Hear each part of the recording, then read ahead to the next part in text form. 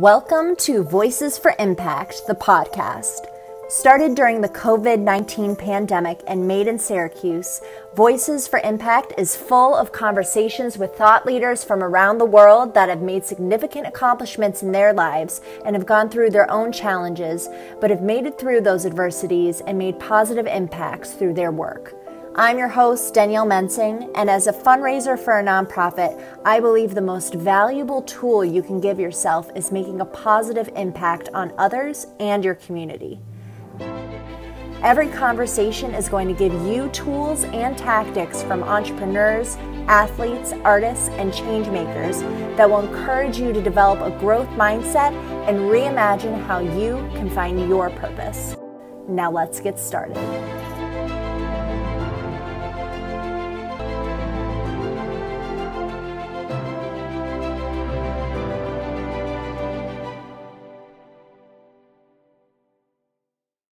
I think you really got to have that confidence and belief in yourself, because so many times when you're trying to do something and trying to accomplish something, you might share your idea with somebody else and they're like, no, I don't think so. But if you believe in it, it doesn't matter what he or she thinks about it. So, you just got to believe in yourself and see it through.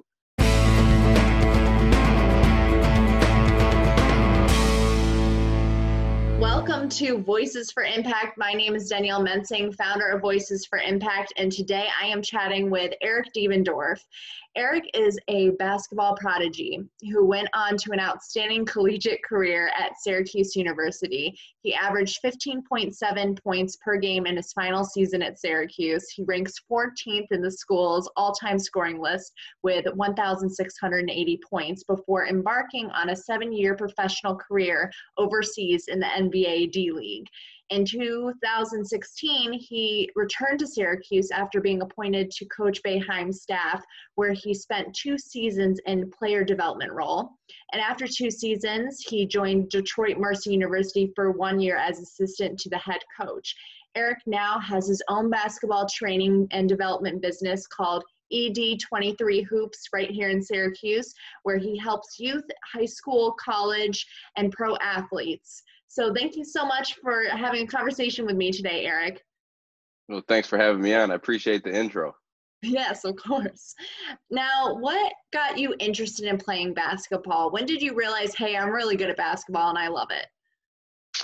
Well, I started playing at a young age. My dad introduced it to me probably when I was maybe 7 or 8 years old. And I could just remember, playing in the YMCA leagues, and he was always my coach. So, he was always having me out in the driveway and always shooting. And then, after a year or two of that, it was just kind of on my own. I really was just outside all day playing. I could remember going to the Y, playing for 8 straight hours. And then I'd take a break and go across the street to Rallies and get some French fries and then go right back in the gym. So, that's really all I did as a kid. And really probably when I was like 4th grade, 4th, 5th grade, I really, started noticing that, yeah, I'm pretty good at this. All the other kids were kind of doing their own thing, but I was really focused on basketball. I remember, we used to have little school dances and stuff like that. I was never really interested. I was always carrying my basketball, whether it's before school, at lunch, after school, whatever it is. So, that's really how it went for me growing up. Now, fast forward, due to COVID-19, the NCAA tournament was canceled. What is your message to seniors who were unable to play in their last tournament this year? I mean, it's so unfortunate, right? I mean, especially for the seniors, wanting to go out with a bang in their last year. But, it's out of their control. There's nothing you could do. But the one thing that you can do is keep working hard and staying consistent, with what you're doing and whatever that is. That's bringing positivity to your life. Get your routine, stick with that. You're going to have your ups and downs. You're going to have your times where you need to make adjustments, but the biggest thing is stay disciplined and stay consistent. And, eventually when everything plays out, if you keep that routine, keep that consistency, then, it'll be good things, for you in the future. How much do you still cherish your time from being able to compete in such a national attraction like the Sweet 16 in 2009? Oh, I cherish all those memories. I mean, I've had a lot of memories. I've I was able to play against a lot of great players. I played in the 6 overtime game, which is, probably considered one of the best college basketball games, if not the best college basketball game of all time. So I definitely cherish those memories. I know a lot of people kind of say, hey, it's not, good to always look at in the past. We want to move forward. But for me, those memories give me motivation to what I'm doing now. It's me being able to look back and seeing all the great things that I was able to do. And that motivates me to keep on doing and keep on making memories like that. So I think I understand what people try to say, keep looking forward. But at the same time, you could use those past memories as motivation for, what you're trying to do going forward as well.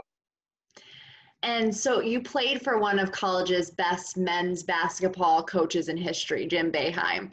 Do you have any lessons you carry from playing for Boeheim, and how do those lessons influence you as a coach today?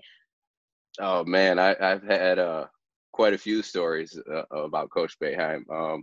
And a lot of people ask me this. I think the biggest thing that I've really learned from him is patience. Just how he is able to control himself and during situations in the game when it might get heated and you might lose your cool. He's always real calm and collected, and he's able to write that play down that you need for the game-winning shot or whatever it may be. I never really seen him get flustered. Obviously he yells and he does that when he's trying to get his point across sometimes, but in the heat of the battle, he's super calm and collected and composed. And I think those are real important traits to have because, we're all going to go through situations where it gets tight and it gets uncomfortable and we may have to make adjustments. And I think the biggest thing that you can do in those situations is remain poised, calm, collected, and then stay patient. And then, it allows you to kind of really make better decisions. I think a lot of times, when we get frustrated, get upset, we just make a decision like that and not even thinking about it. So those are some of the things I learned from him, patience, being able to be calm and poised and, making the right choices and decisions. I'm curious about your personal connection to hosting clinics and helping with organizations like the Boys and Girls Club. As a leader, why do you think it is so important to work with local communities? Well, I think the biggest thing for me is somebody did it for me growing up. You know what I mean? I was once a kid in their shoes, the same kid in their shoes. I was somebody had to help me. Somebody showed me the way.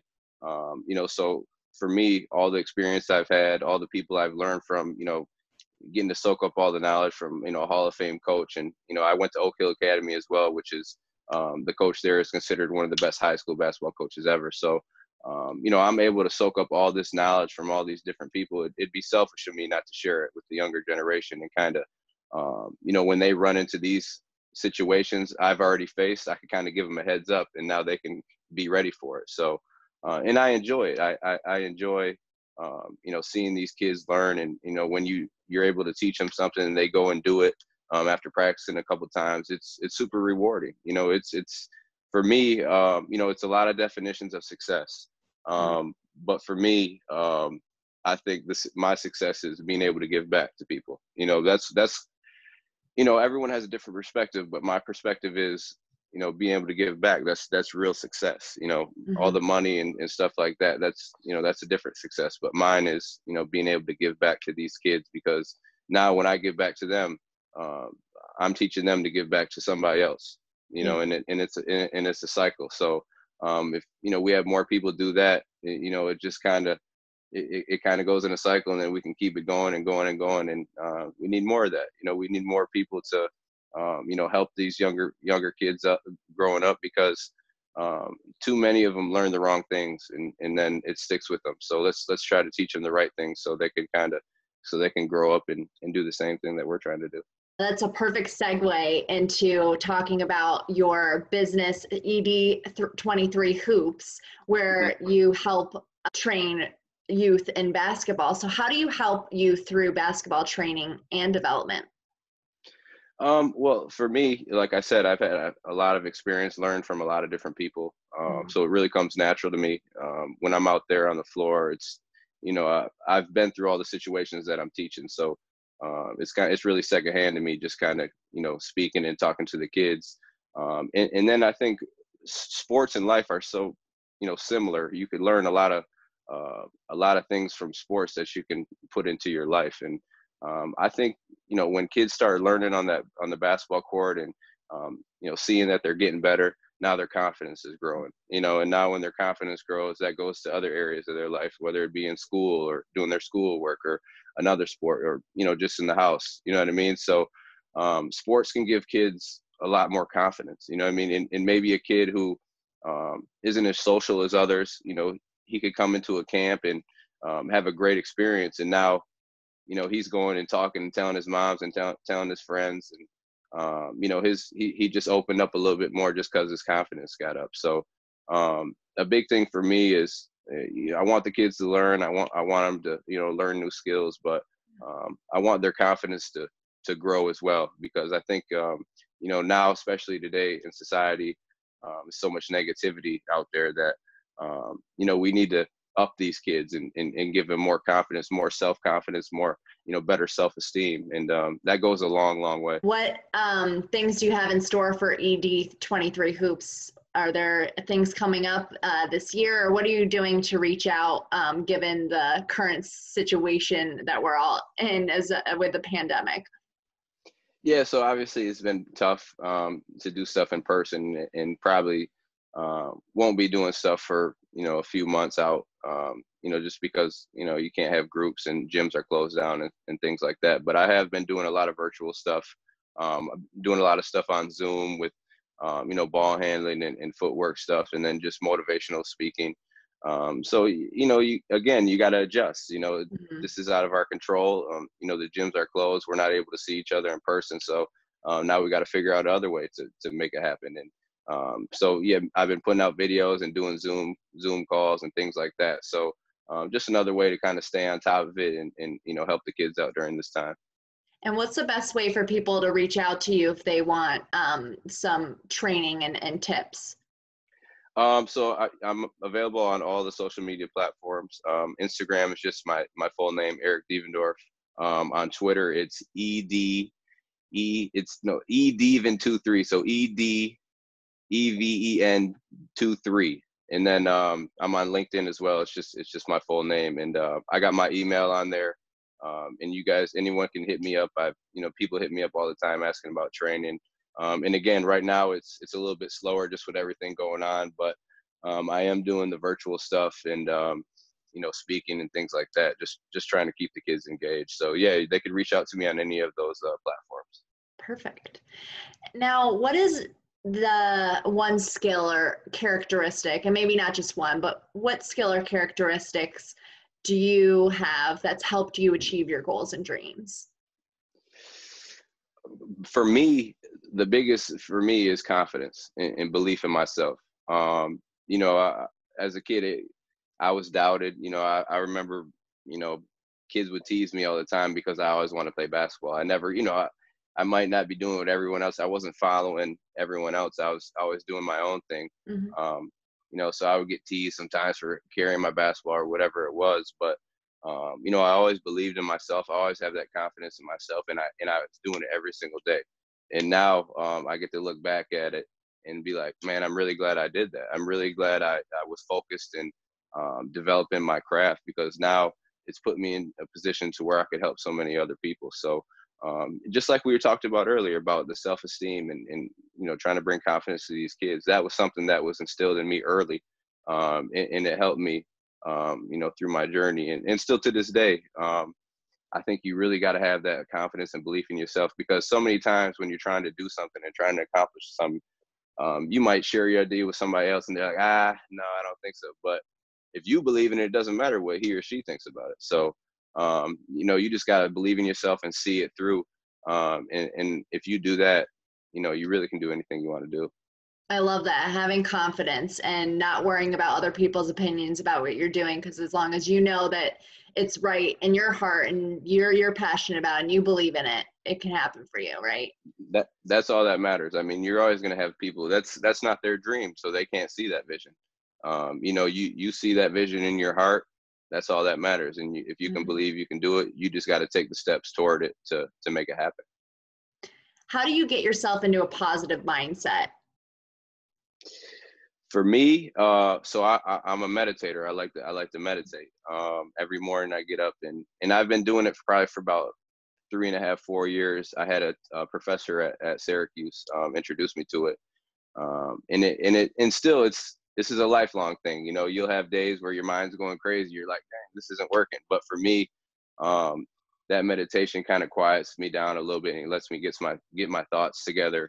And of course we're gonna have negative thoughts, positive thoughts running through our head, but I really try to focus on the positive stuff happening in my life, and that kind of uh, really settles me down to focus on what I need to do, to achieve those things. And again, we're going to have negative thoughts all the time, but I think what meditation has done for me is really just taught me that those are just thoughts. It's not reality. You know what I mean? If you let it consume you, then yeah, it can become your reality. But you really got to understand, what's going on in your mind, and meditation has helped me, bring those positive thoughts more so than those negative thoughts in my mind, for sure. That's a good tip, meditation. I've heard that from a bunch of people I've already talked to, but I find it hard for myself to quiet the mind. But it's really It's a tough. practice. You have to keep Yes. at it, right? I mean, it's super tough. I just remember, when I first started, I would do 2, 3 minutes, you know what I mean? And I'm thinking to myself sitting there, what am I doing? You know what I mean? I'm just, what am I doing just sitting here being quiet? But it's really just, quieting the mind and patience, you know what I mean? That it teaches you patience, and you really got to sit there and, um, with all those things happening in your body and in your mind, all the tingling, everything, you got to be able to be patient and focus on that breath. So Yeah. it can translate into other things in your life for sure if you really, take the time to practice it. Yeah. Now, what is your daily routine to get yourself into the right frame of mind? Of course, meditation's one of those things, but what's something else to get in the right frame of mind and also keeping active? So for me, I wake up and meditate. Then I like to get my workout in. And for me, so I'm vegan. So I have a routine every morning where I take uh, some different herbs, like it's called sea moss and bladderwrack and oil of oregano and all different type of herbs. And this is something that kind of, for me, again, it just gets my mindset going because I know I took care of my body right away in the morning. I meditated, I took my herbs, and I worked out. And then it kind of, for the rest of the day, I'm kind of on cruise control because I know I got what I need to get going. And so that's for me in the morning. Those are the big things. I meditate, I work out, and then I make sure I take all my herbs and drink my water. And then that kind of sets my day up. So now I'm interested. How long have you been vegan? For about almost 2, 3 years, about almost 3 years. Yeah. What was the transition? What made you decide to become vegan, and how has that helped your body, like your energy level? I mean, that's like a big transition. Did you Yeah. eat meat before then, or did you cut off meat full, like when you went into? So for me, it was a while back, I had back surgery, and I kind of wanted to do something to stop the inflammation so Mm-hmm. much in my body. So I started to cut out red meat, and then I was just chicken and seafood and dairy. Then I had cut out chicken, and I'd just do seafood and dairy. Then gradually I cut out seafood, and then I cut out dairy, which is tough because I really like cheese. I like cheese Yeah. and eggs. Yeah, cheese is um, so good. so it's tough. But again, for me, I'm like, I love challenges. So like Mm-hmm. it was like a challenge to me, like to see if I could really do it. And I really got in a routine of, and you got to research it. You got to make your own food because, Mm-hmm. even a lot of the food, if you go out to eat, you don't know how they're preparing it. You know what I mean? Right. So, but it was a challenge for me. And I wanted to live up to the challenge, and I really got into my routine. And as I started eating these different foods, mostly fruit and veggies, my taste buds started changing, and it made me, like that food even more. You know what I mean? Because now I'm starting to look up different recipes and trying these new things. And you know what? when we're eating meat for 25 years straight, your body doesn't know anything else. So of course, if you eat fruit one time, you're going to be like, oh, I don't really like this. But once you start changing your habits and you know, doing new things, now your body gets accustomed to that. And that's kind of what happened to me. And you know, my energy levels picked up. I got better sleep. And for me, I still play ball. So I still play with those younger guys, and I'm able to keep up still. Yeah. And you know, after I'm done playing, my body's not as sore. I'm able to recover a little bit quicker. So I think it's the little things, the details that you really start to notice. It's not going to be a huge, you know, like, oh, what, you know, waiting for something real big. It's the little details that you really got to pay attention to. Same thing with meditating. You got to pay attention to the little details, how it's helping you. Like, oh, I didn't react to this. I might have reacted differently 2 years ago than I am now, but the meditations helped me, you know, be a little bit more patient. So it's things like that with the, you know, meditation and with eating. I notice the little things in it. What advice would you give to somebody who's on the brink of failing or giving up on their goals and dreams? What would you tell them? Well, it's tough. You know what? Everyone's situation is different. I would just say keep going, keep believing in yourself, and then find somebody that you can talk to that really believes in you as well. Like, it's because it's tough to do it on your own. You know what I mean? Because if you don't have somebody pushing you and telling you to keep going, it could be a lot easier to shut down. You know, so if you don't have that strong mindset where you don't feel like you can do it by yourself, you know, my advice is really to consult with somebody that is really close to you, or a loved one, and talk to them about it. You know, get it off your chest, tell them how you feel, because it's not easy out here. I mean, it's just everyday life is stressful. You know, paying bills, taking care of your kids, whatever it may be. Everybody's situation is different. It's totally different. So if you're not able to do it by yourself, don't be afraid to reach out to somebody and ask for some help. You know, I think that's the biggest thing nowadays. People are afraid to ask for help. They look at it as a weakness.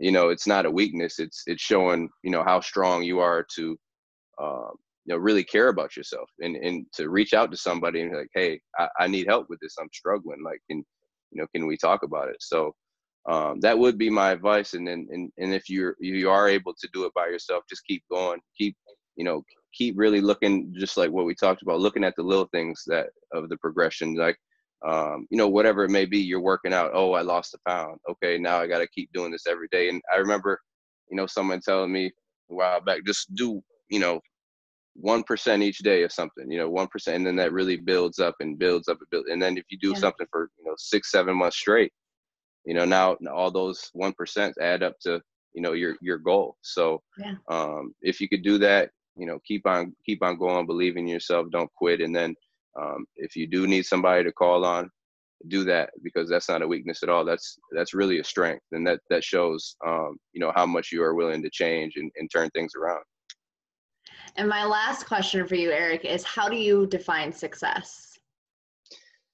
Well, I think we already kind of covered that a little bit ago. My definition of success is being able to help others, being able to give back to others. And it changed. Like when I was young, if you asked me that, you know, in my early mid-20s, I'd tell you something totally different. You know, I'd be like, hey, we need a lot of money. I need a lot of money to help, but that's not it at all. It's you know, I've had money, I've lost money. It's the feeling of being able to help somebody and being able to give back is like, you know, none I'd ever experienced. You know, I've been able to, you know, go all over the world and see all different cultures, and it's, you know, people have it way worse off than you would think. You know what I mean? So I'm grateful to be where I'm at, and I'm grateful to have a platform to be able to help out and give back. And that is the real definition of success for me, is to be able to help others and give back. And hopefully when you do that, now they're willing to do that for somebody else. And that's the trickle down effect. That's how we as a community really come together and do big things. Well, thank you so much, Eric, for giving us your advice today and insight into what you're up to. And I really appreciate it. Thank you so much. Well, I appreciate you having me on. Thank you. Thank you so much to our viewers for watching. Voices for Impact is on LinkedIn, Facebook, Instagram, and YouTube. So please follow and like us to stay connected, and see you next time on Voices for Impact.